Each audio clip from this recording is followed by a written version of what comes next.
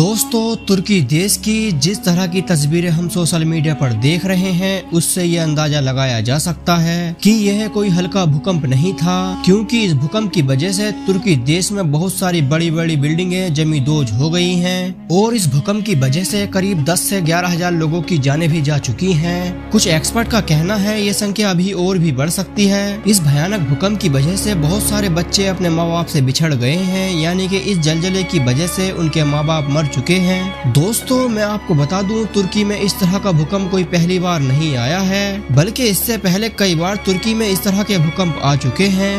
दोस्तों, तुर्की के इतिहास के पिछले 10 सालों पर नजर डाली जाए तो पता चलता है कि तुर्की में पहले से ही ऐसे भूकंप आते रहते हैं। लास्ट बार सन 2020 में तुर्की में 2 बार भूकंप आया था। यह भूकंप 2020 के अक्टूबर महीने में आया था, जिसमें करीब 24 लोगों को अपनी जान गंवानी पड़ी थी, और 2011 में भी आया था, जिसमें करीब 130 से 140 लोगों की जान गई थी।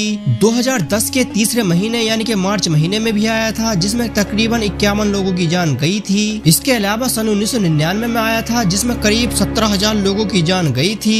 दोस्तों, तुर्की के इतिहास में अब तक जितने भी भूकंप आए हैं, उनमें से सबसे ज्यादा खतरनाक और सबसे बड़ा भूकंप 1939 का माना जाता है। 1939 में तुर्की में जो भूकंप आया था, तुर्की में इतना बड़ा भूकंप इससे पहले नहीं देखा गया था और न ही सन 1939 के बाद देखा गया था। यह भूकंप कितना खतरनाक और बड़ा था, इसका अंदाजा इसी बात से लगाया जा सकता है। इस भूकंप की वजह से तकरीबन 30,000 लोगों को अपनी जान गंवानी पड़ी थी। इस भूकंप की वजह से तुर्की के अंदर तबाही मच गई थी। मगर अब होश उड़ा देने वाली बात यह है कि 6 फरवरी 2023 को जो भूकंप आया है, वो सन 1939 के भूकंप से भी ज्यादा खतरनाक है और तुर्की के इतिहास का सबसे बड़ा भूकंप माना जा रहा है। ये भूकंप इसलिए भी बड़ा माना जा रहा है, जिस वक्त ये भूकंप आया यानी कि सुबह 4 बजे जब ये भूकंप आया, तो तुर्की के ज्यादातर लोग अपने घर में बेखबर सो रहे थे और इस भूकंप की वजह से तुर्की के कई इलाके 10 फीट तक खिसक गए हैं। दोस्तों, आपको बता दूं, ये जो भूकंप आया है वो सिर्फ तुर्की में ही नहीं, बल्कि तुर्की के साथ साथ सीरिया के भी अच्छे खासे इलाके पर इसका असर हुआ है। मगर नुकसान की बात की जाए तो तुर्की के मुकाबले सीरिया में 5 से 10% ही नुकसान हुआ है और हल्का फुल्का असर इजराइल, फिलिस्तीन और जॉर्डन जैसे देशों पर भी दिखाई दिया है। दोस्तों, तुर्की के हालात इस वक्त इतने बुरे हैं कि पूरे ही देश में इमरजेंसी लागू कर दी गई है